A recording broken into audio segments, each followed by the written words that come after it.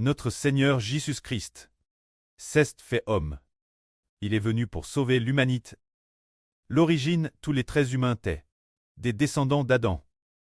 Ceux qui sont devenus les descendants d'Adam sont tous des pécheurs, parce qu'Adam était un pécheur. Adam était un pécheur. Tous les enfants naissent de lui sont des pécheurs. C'est pourquoi toute l'humanité est devenue pécheresse. Alors le Seigneur Jésus est venu dans le monde pour sauver les hommes, les personnes qui la sauvent. T'es l'origine, elle t'est l'origine des descendants d'Adam. Car que les personnes sauvent, on te sauve. Continue-t-elle à appartenir aux descendants d'Adam? Elles ne le sont plus.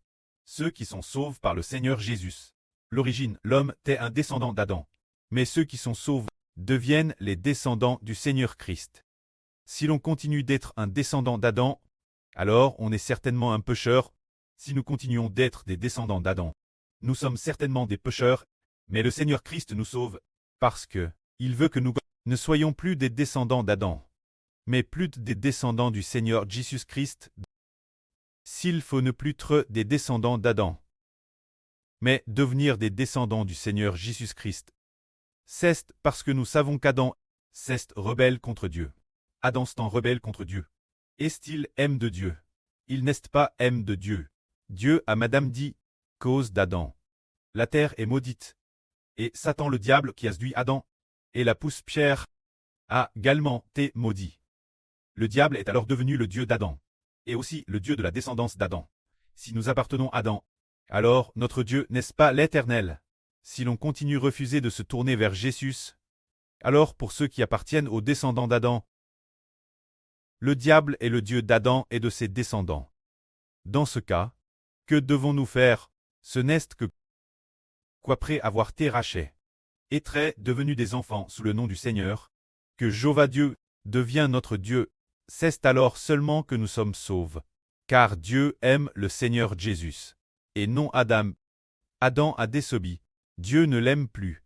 Et il a aussi dit qu'Adam mourrait, qu'il mourrait et retournerait la poussière. Les descendants d'Adam mourront aussi, et retourneront la poussière. Cela nous fait voir que nous vieillissons, et que tant de personnes vieillissent et meurent. C'est précisément cause d'Adam, et aussi parce que nous sommes des enfants d'Adam. Parce que nous appartenons aux descendants d'Adam. Alors nous demandons aux frères et sœurs, les frères et sœurs veulent-ils être des descendants d'Adam, ou veulent-ils être des descendants du Seigneur? Frères, un descendant d'Adam est sous la malédiction. Mais si l'on est racheté, alors qu'on est l'origine un descendant d'Adam. Une fois racheté, on devient un descendant du Seigneur Christ. Et l'on obtient la vie éternelle. Alors les frères et sœurs veulent-ils être rachetés et devenir des enfants sous le nom du Seigneur? Le frère Heber est convaincu que les frères et sœurs le veulent.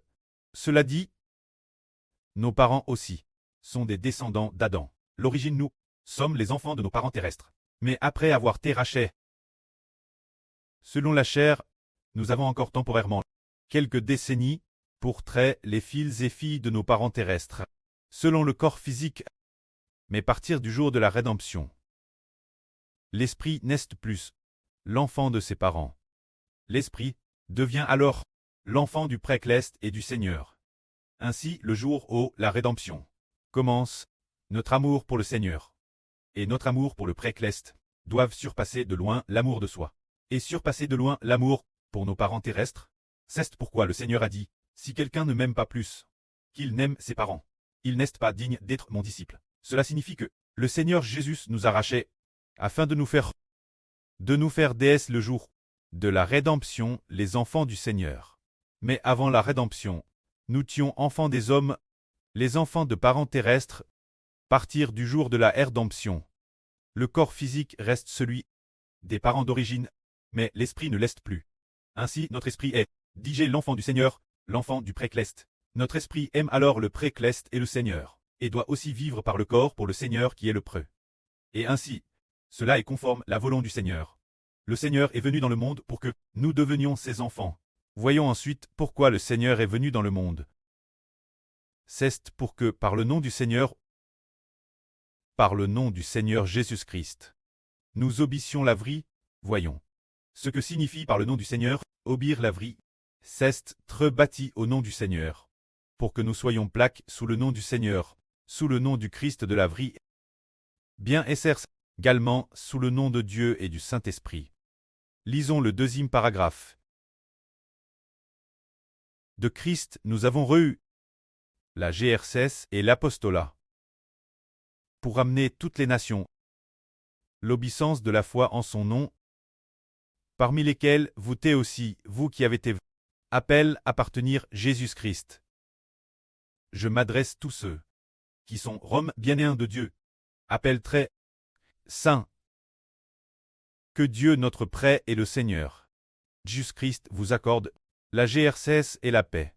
L'apôtre Paul dit que Paul a reçu la grâce d'être apôtre. Et pourquoi est-il devenu apôtre? Dans quel but? C'est pour amener toutes les nations par le nom de Jésus-Christ. Obéir la vie. Alors le frère Ashbert est le Fils de Dieu et du Seigneur. Ce qui est encore plus noble qu'un apôtre, car il rite du précleste et du Seigneur, de tout l'héritage. Alors pour quelle raison devient-on Fils de Dieu et du Seigneur? Dans quel but? C'est pour que toute l'humanité, par le nom du Seigneur Jésus-Christ, devienne enfants de Dieu, enfants du Christ et enfants du Saint-Esprit. C'est précisément pour cela qu'il est venu proclamer la vérité. Quand l'apôtre, il était le pour une chose, pour que les gens, par le nom de Christ, deviennent les enfants du Seigneur Dieu et du Saint-Esprit. Avec la mission du frère Hébert, presque la madame, mais la mission du frère Hébert est-elle celle d'un serviteur? L'apôtre Paul a le statut de serviteur. Le frère Hébert a le statut de fils. C'est le statut de Christ qui dit « Je dis la vérité. Je parle du Seigneur Jésus-Christ. Et je parle aussi de moi, se dire faire de tous. Les enfants de mon précleste de moi, de papa le Seigneur Jésus est sous mon nom. C'est ainsi. Tandis que Paul dit « Je me fais apôtre, je me fais serviteur dans le seul but d'amener les gens croire en Jésus, puis de devenir fils de Dieu et du Seigneur Christ, et aussi de devenir enfant sous le nom du Saint-Esprit. Il est ainsi, c'est avec le statut de serviteur qu'il enseigne toutes les nations et tous les peuples, pour très sauve par le saint nom du Seigneur Christ, et appartenir Dieu au Seigneur Christ, et sous le nom du Saint-Esprit. Quand Hébert, c'est directement en tant que fils du Saint-Esprit, en tant que fils Seigneur de Dieu qu'il dit, vous appartenez au nom du précleste et du Seigneur, et vous appartenez aussi mon nom. Cette autorité est encore plus grande car elle amène tout le monde à appartenir au nom de Ashbert. La vraie proclame par ce fils est plus claire que celle enseigne par les apôtres. Et elle a encore plus d'autorité, car l'homme appartient à Israël. C'est lit cette affaire. Quand l'apôtre Paul, la vraie qu'il enseigne est ce qu'il dit, c'est vrai. Doivent vous inclure vous qui avez été appelés à appartenir Christ. Ainsi, tous ceux qui appartiennent Dieu, Christ et sous le saint nom, sont tous appelés par Dieu, choisis par Dieu. Si le précleste ne choisit pas une personne, cette personne peut-elle devenir un fils ou une fille du Seigneur? C'est impossible. Ceux qui sont sauvés et qui veulent accepter le Seigneur sont tous choisis par le précleste. Le précleste n'a-t-il pas dit crie les personnes choisies? Dans les deux livres, le précleste a crié ceux qui sont prédestinés au salut. Dans le livre de vie de l'agneau, et il a aussi écrit un autre groupe qui est également prédestiné au salut. Dans le livre de vie, ces deux groupes de personnes, le précleste a DJ crie leur nom dans le livre de vie de l'agneau ou dans le livre de vie. C'est pourquoi le Seigneur Jésus et le frère Ashbert sont venus dans le monde, précisément pour chercher ceux dont le précleste a DJ écrit les noms. Dans le livre de vie de l'agneau ou dans le livre de vie 10 ans, le frère Ashbert enseigne la vraie. Pour chercher quelle personne? Pour chercher les enfants du livre de vie de l'agneau et du livre de vie. Seuls les enfants de ces deux livres peuvent être sauvés. Si ce ne sont pas les enfants de ces deux livres, la vraie enseigne par le frère Ashbert, pourront-ils être sauvés? Ils ne peuvent pas être sauvés. Ainsi, quand on parle de salut ici, il faut évidemment que le Seigneur Jésus expie les péchés des hommes, et il faut aussi le sacrifice du frère Ashbert. Mais il y a une autre condition. Le précleste et le Seigneur. Le précleste fait sacrifier le Seigneur et le frère Hébert. C'est pour racheter ceux dont Dieu a écrit les noms dans le livre de vie et du livre de vie de l'agneau. Si ce ne sont pas les personnes de ces deux livres, nous ne les sauverons pas, et nous ne leur enseignerons rien, et ne leur demanderons rien. Seulement chercher l'alliance de Dieu. Appartenir Dieu, devenir enfant de Dieu. devenir les brebis de Dieu. Seules les brebis du ciel sont les brebis du Seigneur et du frère Ibère. C'est pourquoi il est dit ici que tout concerne la vie, que c'est écrit pour ceux qui sont appelés, ceux qui appartiennent Jésus-Christ. Alors d'où viennent la guerre et la paix. Comme il est dit ici, que Dieu notre Père et le Seigneur Jésus-Christ vous accordent la guerre et la paix. Mais la grâce et la paix accordent ceux que Dieu aime, ceux qui sont appelés très disciples de Christ. C'est dire que la GRCS et la paix sont appelés par Dieu. Ceux qui reçoivent la guerre, ce sont eux qui obtiennent la GRC. Ceux que le précleste Jova appelle ils reçoivent la GRCS et la paix. Alors quand nous prions, pour qui devrions-nous prier? Prier pour ceux qui Dieu accorde la grâce. Et la bénédiction doit aussi être pour Dieu et le Seigneur Jésus.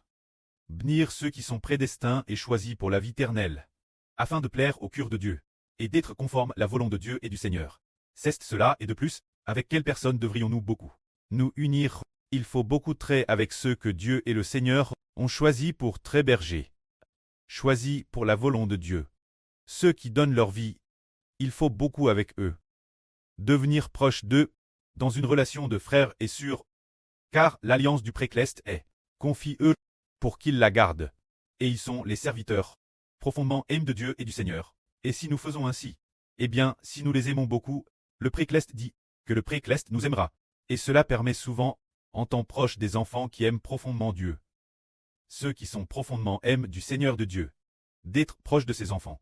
Que notre travail soit efficace. Prenons un exemple. Par exemple, si les frères et sœurs sont Thérèse proches du frère Ashbert, et aussi proches de la sœur Zaouane et de la sœur Rebecca, sans s'en rendre compte, ils recevront plus de bénédictions de Dieu. Et ce qui est merveilleux, c'est que ceux qui sont Thérèse proches, dans certaines situations, ont également eu une grande grâce. Pour quelle raison? Waouh, ces personnes qui sont très proches de la bergerie. Elles ont les yeux ouverts, elles ont de la sagesse. Prenons aussi un exemple concret. Lorsque le Seigneur Jésus-Christ est venu dans le monde en tant qu'homme, les plus proches du Seigneur étaient Pierre, Jean et Jacques. Et parce que ces trois apôtres étaient proches du Seigneur, ils ont finalement été par le Seigneur Jésus, établis comme des colonnes, et ont été grandement utilisés par le Seigneur Christ. Madame Pierre, le Seigneur a dit, Simon, fils de Jean, tu es béni, je te donnerai le royaume des cieux. Le Seigneur a dit qu'il donnerait les CLS du royaume des cieux. Je te donnerai les CLS du royaume des cieux. Et a dit encore, par toi je bâtir mon assemble.